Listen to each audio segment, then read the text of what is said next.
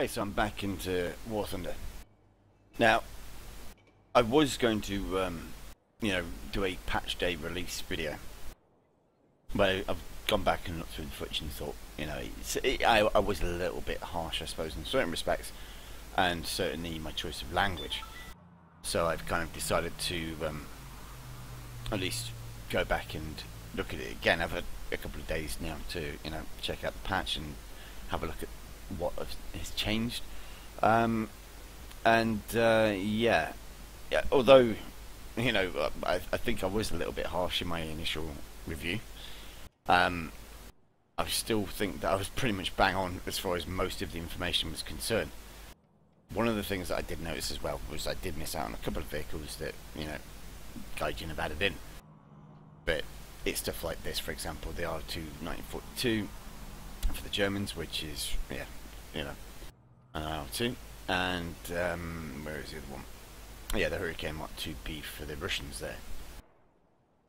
Now, I was going to, check out some of these in maybe test flights and stuff like that. But at a guess, I mean, the Hurricane, I don't think that's really worth testing, because what they've probably done is just copied and pasted the flight model from the 2B that the British have onto that one.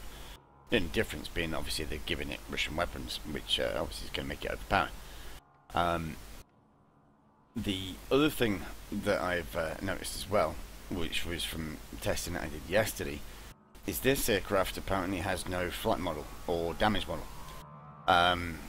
Or a damage model that interacts with the flight model, if you understand what I'm saying. You will see that in the video that I'll publish at a later time or date. It should actually be out later today. In fact, it'll probably be out before this video actually gets released.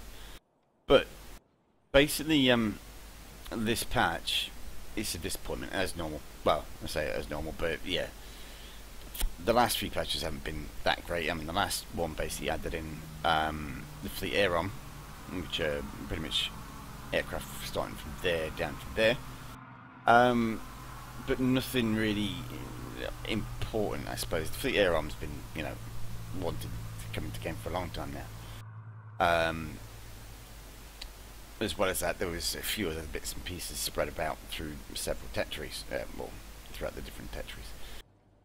But in this particular patch, there hasn't really been that much content added, at least so far. And this is something that, yeah, it's kind of typical of Gaijin rushing this patch out. Well, they tend to rush out the patches anyway, but in this particular instance, they've rushed it out very quickly. And from what I can tell, most of the aircraft that they've put into the game have either placeholder flight models, or they just don't have flight models and they've basically just created them and made them up. Certain elements as well, which I'm not that impressed with, if I'm completely honest, are such things as the price hikes on these premium vehicles. I've said before, about Gaijin and their cash cows. Well, that really sums it up. Why is that 7,480 Golden Eagles? Why is that 7,480 Golden Eagles? Yep, this is 6,090, and that was 6,090 as well. Yes. These two actually came in with the Steel Generals patch. That one came in, not this patch, but the previous one, and that one has just been added in 1.51. Now, you might think, well, no. There basically is nothing, no reason, other than greed, as to why these are more expensive than these. If you look through any of the tetris, as far as the tier 4 tanks go, there are no other tanks that cost that amount. Same for the Russians as well. And it's all to do with, Gaijin trying to get as much cash out of their failing or dying player base as possible. In particular, the American side of the player base, which is what these are aimed at. That, to be honest, should be there. It should be in Tetris just there, in my opinion. That, well, you can make it a premium, I really don't care. But for that price, that's an outlandish rip-off. That is as well, to be honest, because the T-28 itself is fairly ineffective because of its speed. Moving on to the Russians, yes, Well, with the Russians, you've got this particular vehicle here, the SU-100Y. That was added in 1.51. I did do a bit of testing on the dev server with that, but due to my own personal reasons, I've decided to not spend any money on any of the premium content in this patch. I'll explain that in a short while. You have to bear with me a second whilst I go through it. But basically, the SU-100Y. Yeah, it's going to get killed quite a lot. It's not very effective. The armor is very thin. The gun is good, but it's got a long reload time, and in that amount of reload time, the enemy can shoot at least twice. So you have to be 100% accurate with this gun, otherwise you're just going to be getting killed after firing off one shot, pretty much. Now, the other thing that I did notice actually on the day of release for this patch was that they've upped the price for the T-34-100. On the dev server, that was, I believe, it was around about 4,800 or something like that. And now it's 6,090. So, yeah, that got hiked up. I'm not sure why it was cheaper on the dev server. Maybe it was just a developer pressing the wrong number or something. I honestly don't know. But either way, that's been hiked up as far as the actual cost of the vehicle goes. Now, as I did say, with regards to this particular aircraft, that got added as well in this patch. Another premium for the Russians, obviously. And yeah, that is broken, well and truly broken. I will be releasing a video on that later on today, so you should be able to check that out. But it's horrific. It really is.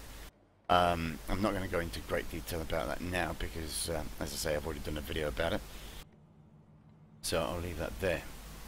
Now, as far as any other premium aircraft goes, or the aircraft that was put into the game, it really isn't that much. They added in the Panzer 35T there. That's a new one. It's a reserve vehicle, so you don't even need to research that one. It's just automatically given to you. That's the reason why I didn't actually spot it on the first day of release. This was another vehicle they added in. This is at 1,750 gold. Again, that's kind of overpriced in my opinion, but it's typical because the T-35 was around about the same price as well, and yeah, that was overpriced.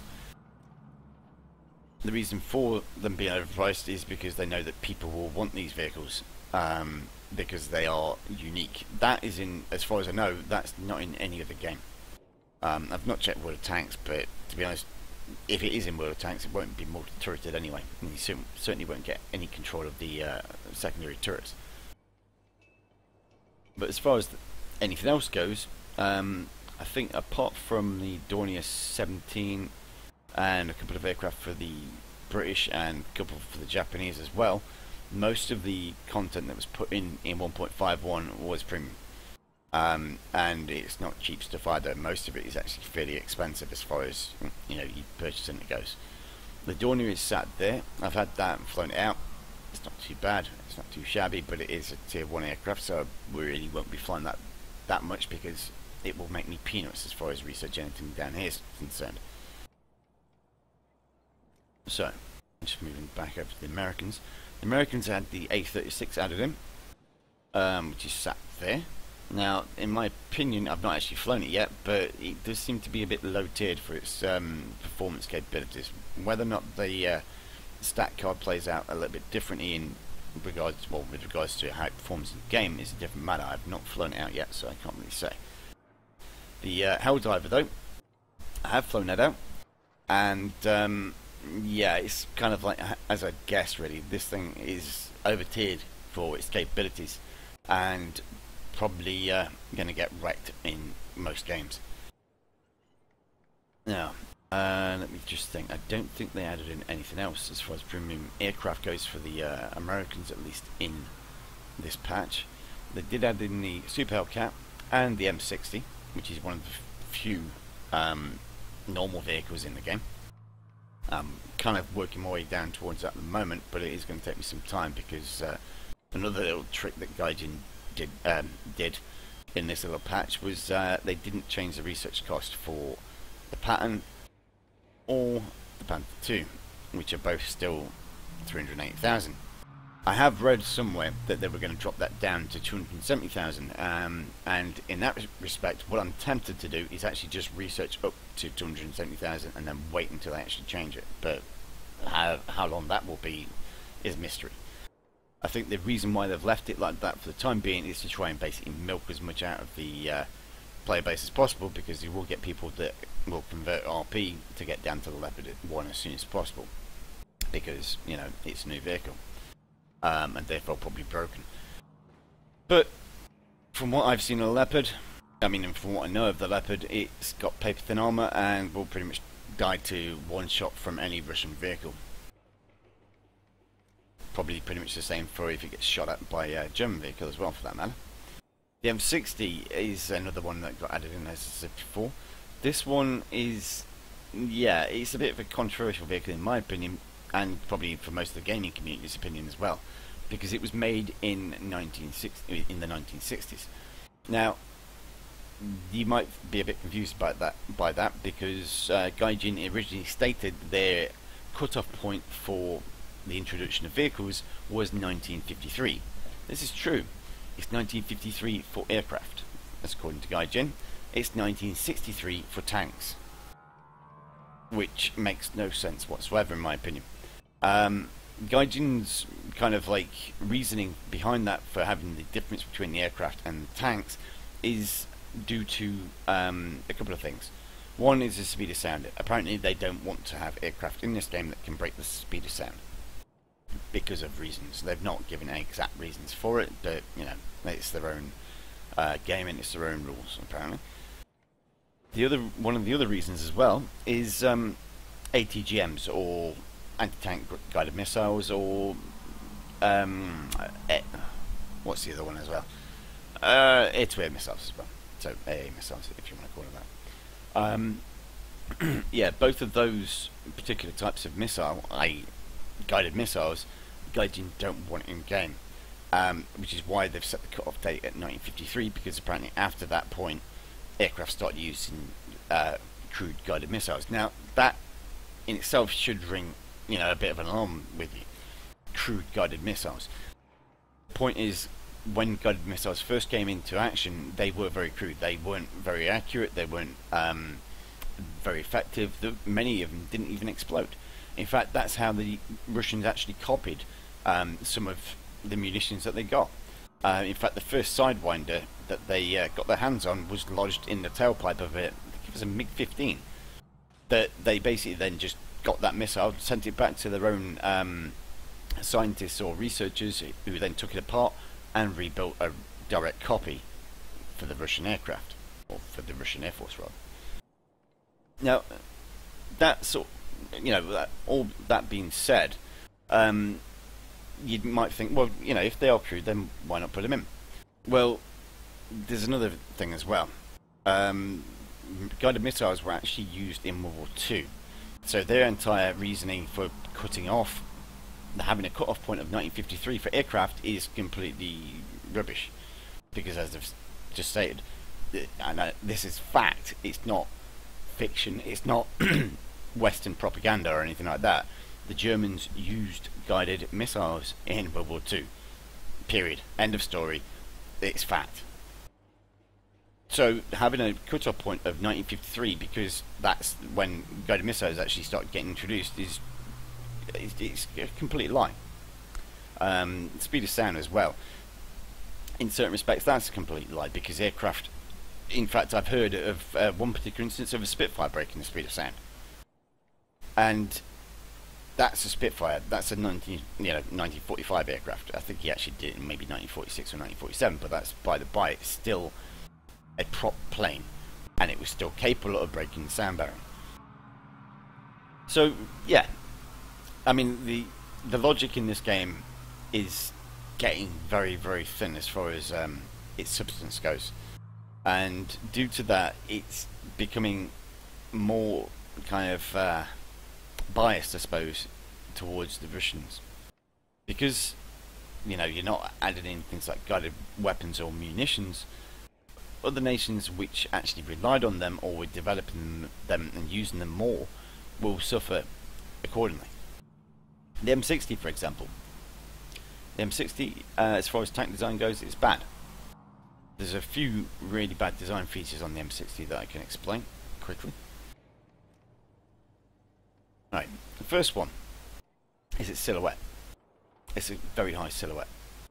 Second one is the weak spot, which is that hideous wart on top of its turret. That is a massive weak spot. And what's worse is that Russian ammunition will basically one-shot this tank from the front almost, I'd say, around about 50% of the time, because they'll shoot straight through that, and Russian ammunition is generally high explosive. It's armor-piercing high explosive, so it'll penetrate the weak armor on there. And when I say weak, it is really weak. There we go, 36.1 millimeters. So yeah, the Russian player with any sense will basically shoot through there with an APHE round. It will fragment, and then it will kill all 3 crew members in the turret, which, according to Gaijin, is enough to knock out the tank, because you've only got one guy left in the vehicle. That's kind of how, that almost sums up the entire ethos behind this game, I think. I mean, my kind of like own perceptions on how they can change this game are irrelevant as far as Gaijin are concerned, I'm pretty sure.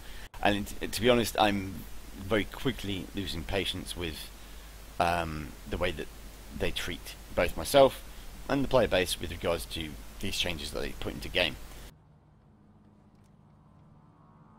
because they don't listen. They are not listening to the player base. For example, I mean, ideal example is this: the fact that the M60 is there, it's now at battle rating 8. It was at 7.7 on the dev server.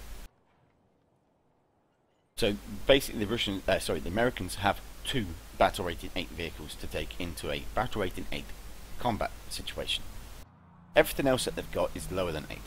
So that's 7.7, that's 7, and that's 7. This is 6.7. So, you know, from that you should see, right, you know, the Americans have 2. It's now the same for the Germans as well. The Germans now have 2. Well, actually, no, they don't. They have 1 still, because that's actually at 7.7. So the Germans have 1 vehicle at battle rank 8, which is this one, which is the Morse, obviously, which still has the wrong armor values on it, and will still face post-war vehicles, all of which will penetrate the armor on this vehicle.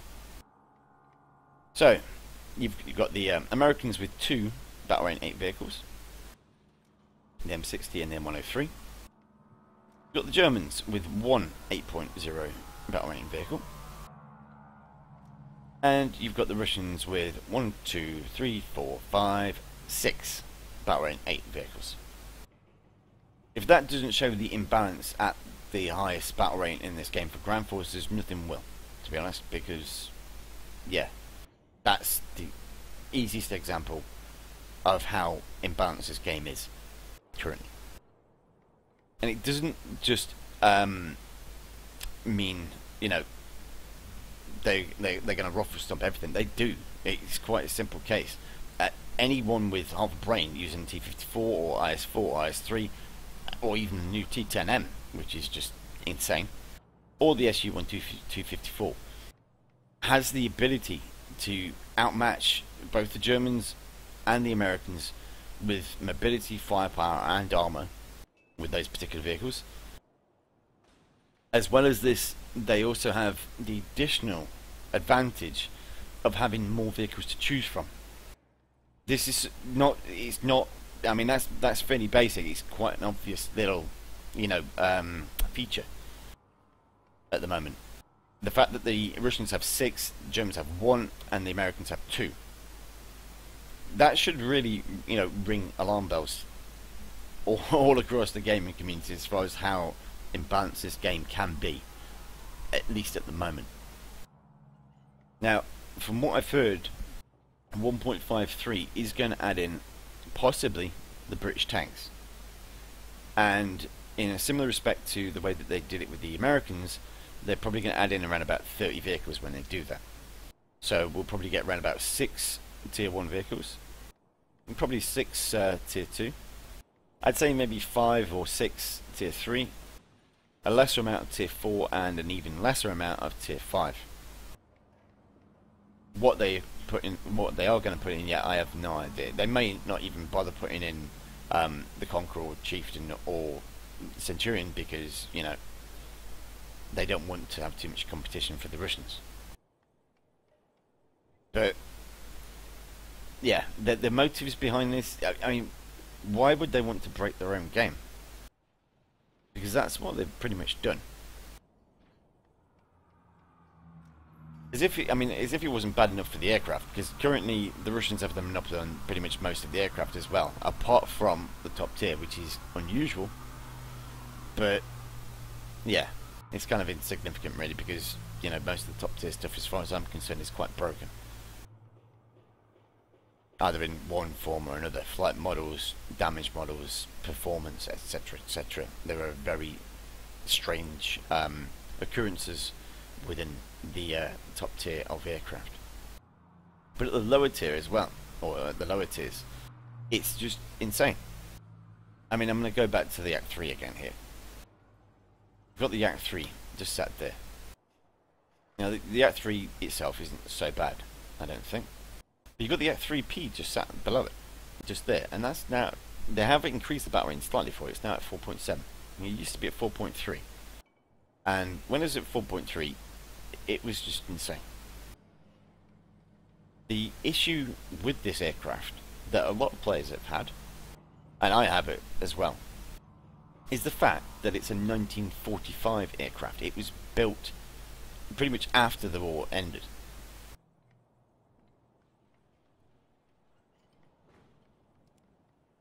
And yet it sat in tier 3 at a battle rating of 4.7.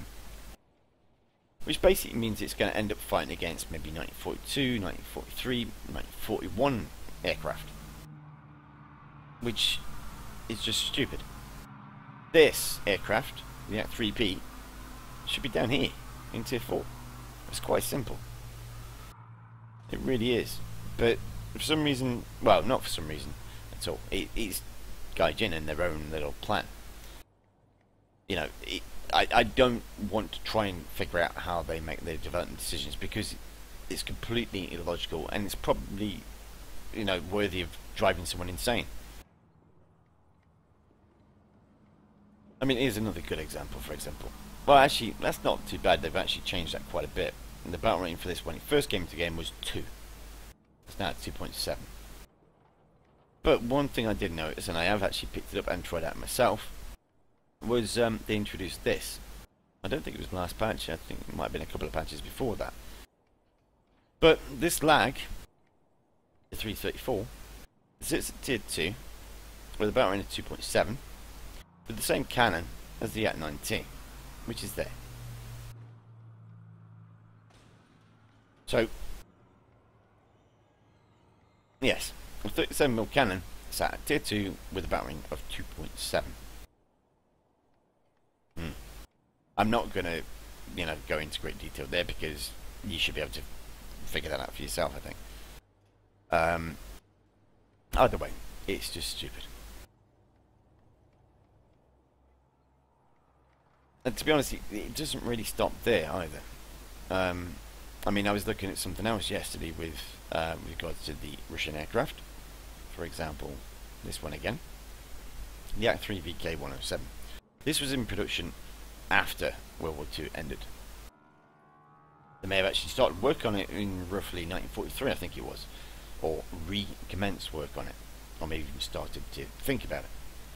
But it didn't enter service until 1945, after the war had ended. It was late 1945, I believe it was.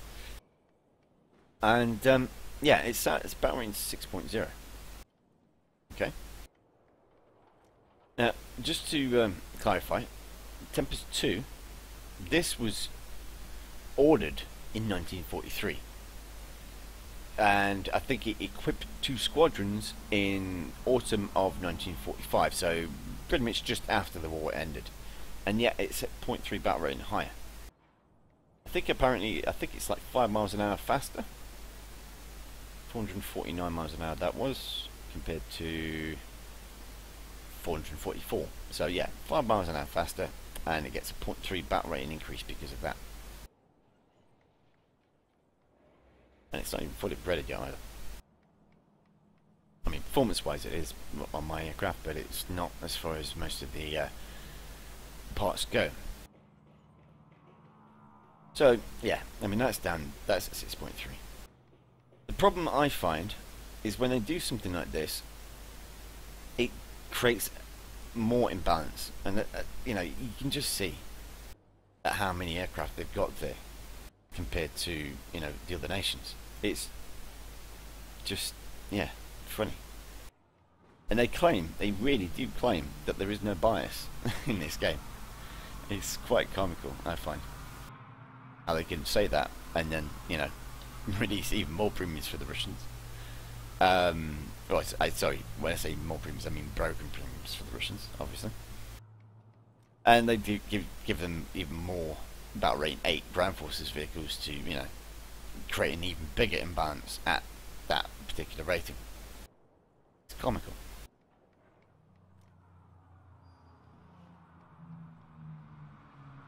But yeah, I mean, I personally now, with regards to War Thunder, I really, until the British tanks come in, they're not going to see a penny from me. Not for this patch. This patch is just, it's another bad joke.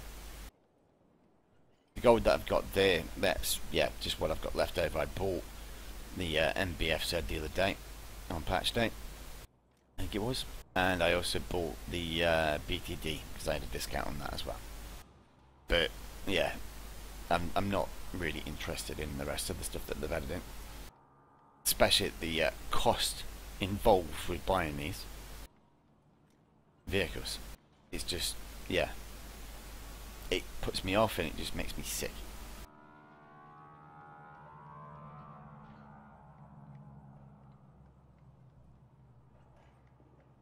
One final thing I should mention as well, which they, you know, have still not put in, is the Enduring Battles mode, which, you know, they announced with on the news page. It's still there. I've checked it today. On the news page, if you go and have a look at the 1.51 Steel Generals announcement, it also mentions the Enduring Battles as well, and says it comes with this patch. It didn't come with this patch. If you go to the forums and read into it a little bit more, it says that the Enduring Battles won't be in game for a couple of days. Well, it's been a couple of days and it's still not in game. I am going to, you know, hold my breath as far as how long it's going to take. Well, no, I'm not going to hold my breath because that will actually probably kill me. But yeah, I'm going to, you know, kind of withhold my judgment on that until I've actually tried it. Well, that's much more sense than what we get in game. So yeah, when that does actually come in game, I will check it out. But in the meantime, basically, I'm kind of forced into the same old routine of researching or playing vehicles that I'm not keen on playing. Not necessarily the Americans, not necessarily the Germans, but definitely the Russians.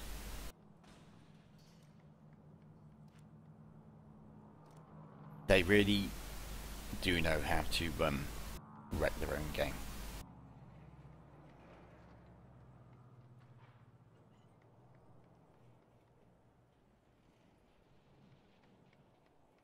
Anyway, I'm gonna get some games in now. Although, yeah, I really just I'm not feeling it for this game at the moment. It's kind of pissed me off. Well, it's not pissed me off so much, I suppose. It's more of a case of Gaijin. Yeah, they really do know how to mess themselves over, which is both comical and it's quite sad and also quite annoying as well, I suppose. Because, you know, this game, it's got potential. It still has potential, I have to say. But it's whether or not Gaijin are actually going to start listening to the player base and doing something about it. As currently they're not, and the player base is shrinking.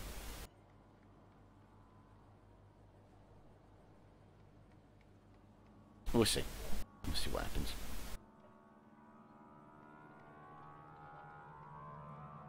But in the meantime, as I said, let's have a look at what we can do with the Germans. Certainly won't be that.